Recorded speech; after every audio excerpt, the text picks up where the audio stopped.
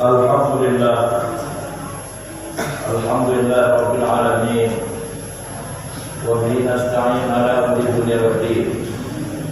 Asyhadu an la ilaha illallah wahdahu la syarika lah. Wa asyhadu anna Muhammadan abduhu wa rasuluh.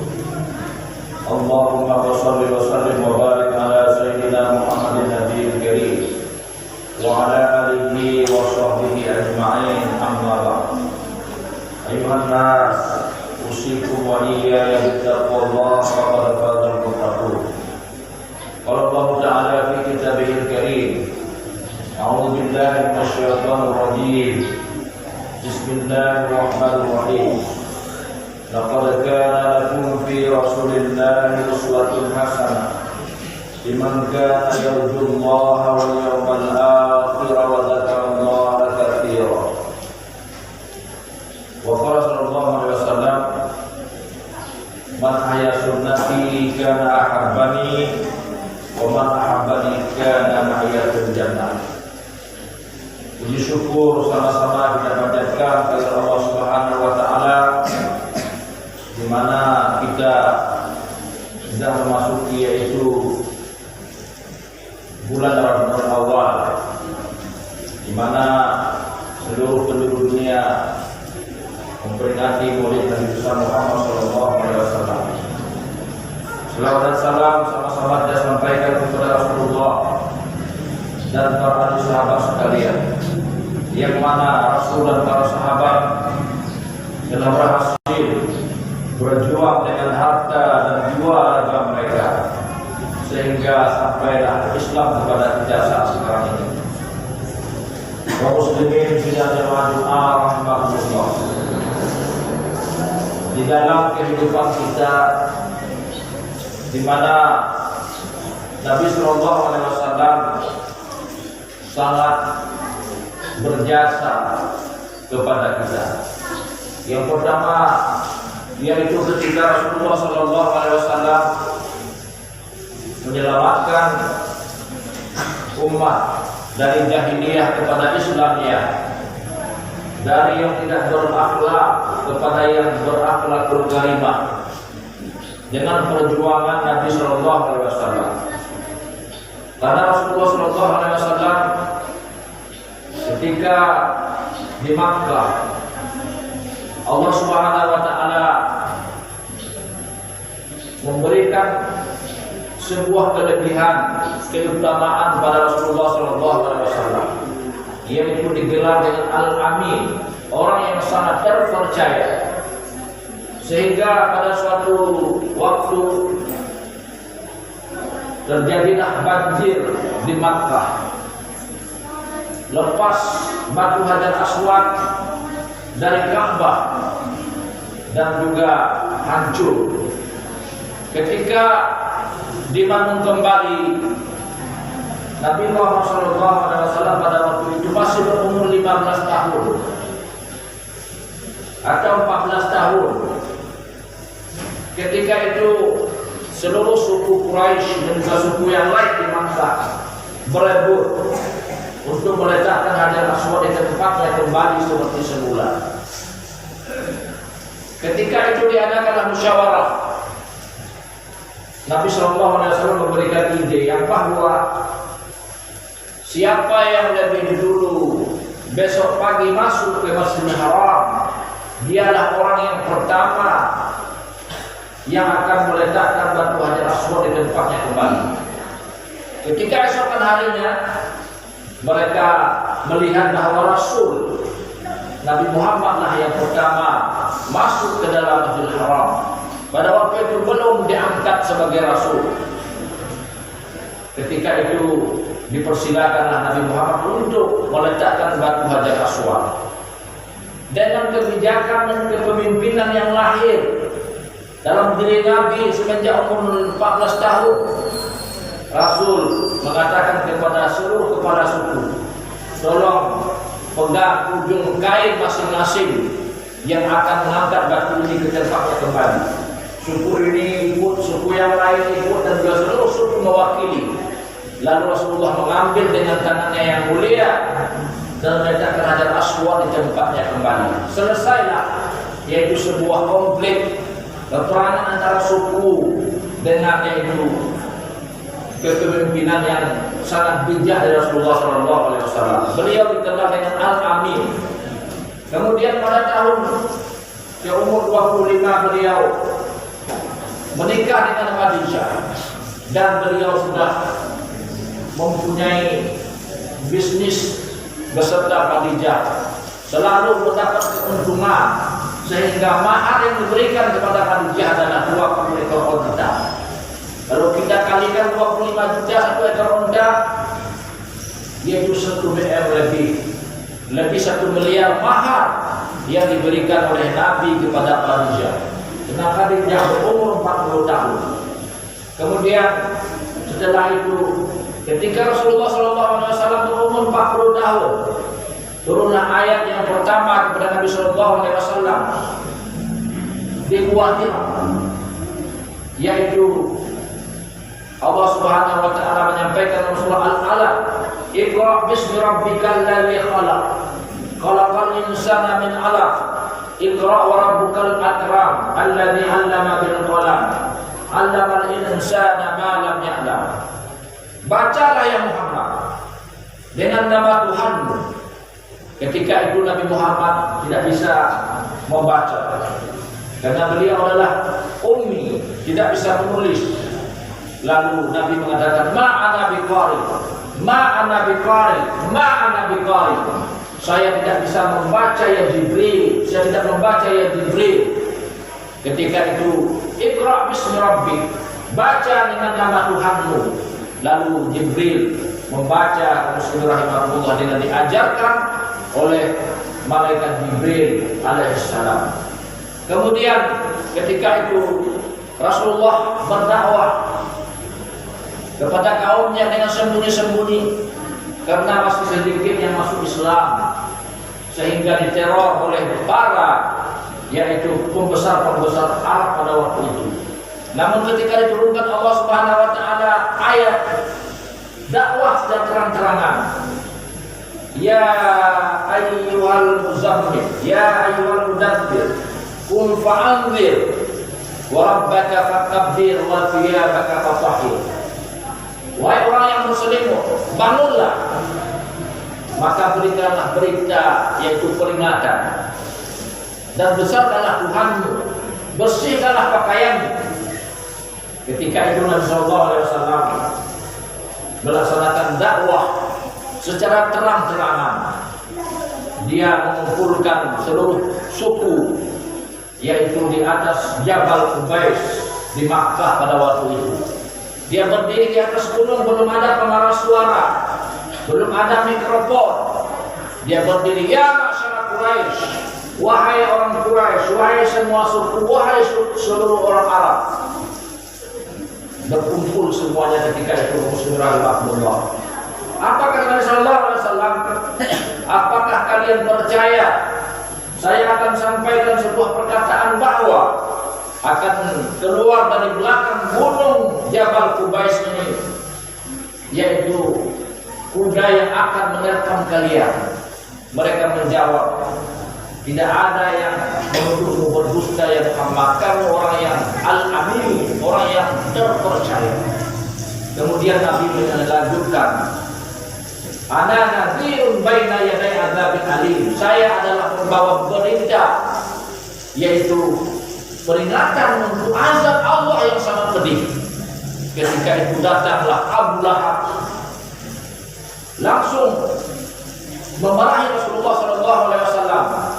Tabbaraka ya Muhammad, alihada jama'atana, celaka kamu Muhammad, apakah untuk ini kau kumpulkan kami di sini? Jadi begitulah kaum muslimin rahimakumullah. Ketika beliau sudah berdakwah, kemarin dikenal dengan Al-Amin, orang yang terpercaya, orang yang paling mulia, orang yang paling agung. Ketika sudah menyampaikan dakwah, beliau dihina, dicaci maki, bahkan juga yaitu beliau sampai-sampai dicekik lehernya. Lagi sholat beliau di masjid di depan Ka'bah, diambil oleh Ummu Jamil yaitu istri Abu Jahal. Perut onta yang sudah busuk berulat dilemparkan ke atas baju Rasulullah SAW. Wasallam. Sehingga ketika beliau berdakwah terang-terangan diembargo selama 3 tahun, di mana pada waktu itu makanan-makanan, minuman-minuman dan juga buah-buahan tidak dijual kepada pengikut Nabi Muhammad SAW. Sehingga tahun pertama beliau makan 2 kali, tahun kedua makan 1 kali, tahun ketiga habis makanan. Beliau makan adalah yaitu kayu-kayu dan daun-daunan. Kaum muslimin sidang jamaah Jumat rahimakumullah. Dan itulah perjuangan Rasul. Kemudian pergi beliau berdakwah ke Taif, berhijrah pada waktu itu sebelum pindah ke Madinah, lalu sampai di Taif dilempari dengan batu. Ketika itu Rasulullah SAW berdarahlah dahinya, lalu turun malaikat, ya Muhammad. Jibril menyampaikan bahwa salam dari Allah Subhanahu wa taala, gunung-gunung yang ada di Taif ini akan kami yaitu hancurkan dan akan kami jatuhkan ke seluruh kaum yang ada di tempat Taif ini. Itu 83 km jalan kaki beliau berdakwah, bukan malah disambut, bukan malah yaitu dimuliakan, dilempar dengan batu, berdarah muslim rahimahullah. Namun jiwa seorang Rasul, jiwa seorang penyayang, jangan Allahumma hdi qaumi fa innahum la ya'lamun. Janganlah azab kaum saya ini, umat saya ini mereka jahil. Berilah petunjuk ya Allah. Jadi begitulah Rasul sallallahu alaihi wasallam. Inilah yaitu sebagai pelajaran bagi kita. Jika seorang pemimpin, seorang ayah, apabila anak kita bandel pun dia jangan kita balas dengan yaitu kekerasan. Jangan kita doakan dengan kejelekan, namun doakan kebaikan. Karena doa seorang ayah kepada anaknya itu bisa langsung diterima Allah. Kalau baik-baik, kalau jahat, anak kita menjadi yang jahat. Kaum muslimin rahimakumullah. Kemudian ketika itu Rasulullah SAW hijrah ke Madinah. Di Madinah Munawwarah beliau mendirikan yaitu negara Islam, sehingga di Madinah menguasai seluruh 2/3 dunia ini. Beliau mengirim para sahabat-sahabat Nabi ke Yaman, kemudian juga ke Faris, ke Prancis, dikirim surat kepada raja-raja mereka. Jadi begitulah perjuangan Rasulullah SAW. Maka ketika beliau meninggal dunia, dijemput oleh Allah Subhanahu wa taala berumur 63 tahun. Pada waktu itu malaikat Israel menyampaikan kepada malaikat Jibril, ya Jibril, sampaikan kepada sahabat Muhammad bahwa kalau beliau mau dijemput ajalnya, maka akan saya tarik. Kalau tidak saya tarik sekarang. Jadi begitulah Rasulullah rahimahullah, keutamaan Rasulullah, yaitu mau meninggal dunia saya ditawarkan, mau hidup lagi Muhammad, tambah Allah. Begitu dekatnya menjadi Habibullah, kekasih Allah Subhanahu wa taala. Maka ketika itu turunlah malaikat Jibril, ya Muhammad, salam dari Tuhanmu bahwa bagaimana seandainya ajal mencari, siapkah kamu ya Muhammad? Siap. Lalu Jibril naik, tidak mampu melihat sahabatnya yang selalu turun wahyu, berteman dengan Rasulullah SAW, melihat ditarik nyawanya. Kaum muslimin rahimakumullah. Ketika datang malaikat Israel menarik nyawanya, sampailah nyawanya itu di lututnya, beliau mulai menjerit. Sampai ke kerongkongan beliau menjerit. Kemudian habislah nyawanya. Apa ketika itu dia berdoa, ya Allah, janganlah kau berikan sakratul maut yang berat ini kepada umatku, cukup kepada aku saja ya Allah. Jadi begitulah dia ingat kepada umatnya. Mau meninggal dunia, ingat pada umatnya. Ummati, ummati, ummati. Yang dipanggilnya bukan istri tercintanya, bukan anaknya, bukan sahabatnya, tapi adalah ummati, ummati, ummati, umatku, umatku, umatku. Maka kaum muslimin rahimahullah, bagaimana kecintaan kita kepada Rasul, sedangkan Rasulullah SAW menaruhkan nyawanya kepada kita. Maka Nabi mengatakan, man ahya sunnati kana ahabbani wa man ahabbani kana ma'iya fil jannah. Orang yang menghidupkan aku, dia mencintaiku, dan barang siapa mencintaiku bersamaku di dalam surga Allah Subhanahu wa taala. Bagaimana kita menghidupkan sunnah-sunnah Nabi sallallahu alaihi wasallam? Bertemu teman kita, saudara kita sesama muslim, afsus salam, beri salam assalamualaikum. Bertemu kawan kita, sahabat kita, berjabat tangan, tabassum fi wajhi akhika sadaqah. Bertemu teman kita senyum, jangan monyong. Maka itu adalah salah satu dari sunnah Rasul. Kemudian juga menghidupkan sholat berjamaah sehari semalam 5 waktu kalau mampu kita, minimal maghrib dan isya subuh kita berada di rumah, lainnya di ladang dari pekerjaan kita. Begitulah tanda cinta kita kepada Nabi Sallallahu Alaihi Wasallam. Kemudian juga yaitu memperbanyak membaca selawat kepada Nabi Sallallahu Alaihi Wasallam. Allahumma salli ala Sayyidina Muhammad wa ala ali Sayyidina Muhammad. Kita perbanyak sambil kita duduk, sambil kita berdiri, sambil kita berbalik, sambil kita berjalan. Apalagi momennya di bulan yaitu Rabiul Awal ini, kita perbanyak selawat kepada Nabi Sallallahu Alaihi Wasallam. Maka inilah khutbah yang singkat yang dapat saya sampaikan pada hari yang berbahagia ini, di mana sejauh mana cinta kita kepada Rasul, yaitu sejauh mana kita mencintai Rasulullah. Pernahkah kita menghidupkan sunnah-sunnahnya di dalam kehidupan kita? Pernahkah kita yaitu untuk berselawat kepadanya di dalam kehidupan kita? Itulah menjadi syafaat kepada kita nanti di hari akhirat. Barakallahu li wa lakum fil Qur'anil azim wa nafa'ani wa iyyakum bima fihi min ayati wa dzikril hakim wa taqabbal minni wa minkum tilawatahu innahu al-ghafurur rahim.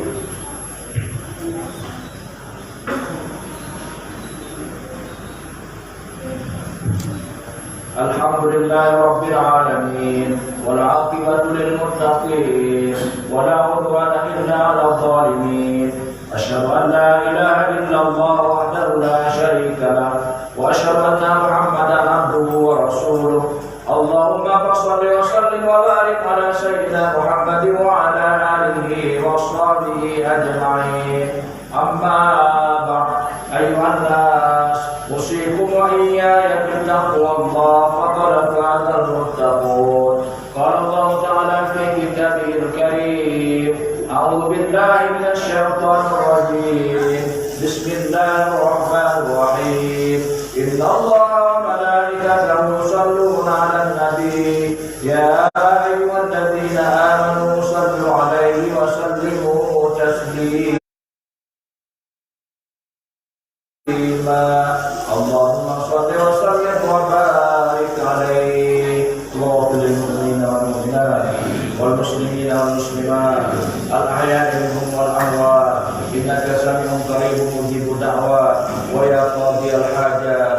Rabbana ighfir lana dhunubana wa israfana fi amrina wa thabbit aqdamana wansurna 'alal qawmil kafirin. Allahumma arzuqna syafa'atan Nabi sallallahu alaihi wasallam yawma la yanfa'u malun wa la banun illa man atallaha biqalbin salim. Rabbana zalamna anfusana wa in lam taghfir lana wa tarhamna lanakunanna minal khasirin. Rabbana atina fid dunya hasanah wa fil akhirati hasanah wa qina adzaban nar. Ibadallah, innallaha ya'muru bil 'adli wal ihsan wa ita'i dzil qurba wa yanha 'anil fahsya'i wal munkari wal baghi ya'idukum la'allakum tadhakkarun. Aqimus shalah. Allahu akbar, Allahu akbar, asyhadu an la ilaha illallah.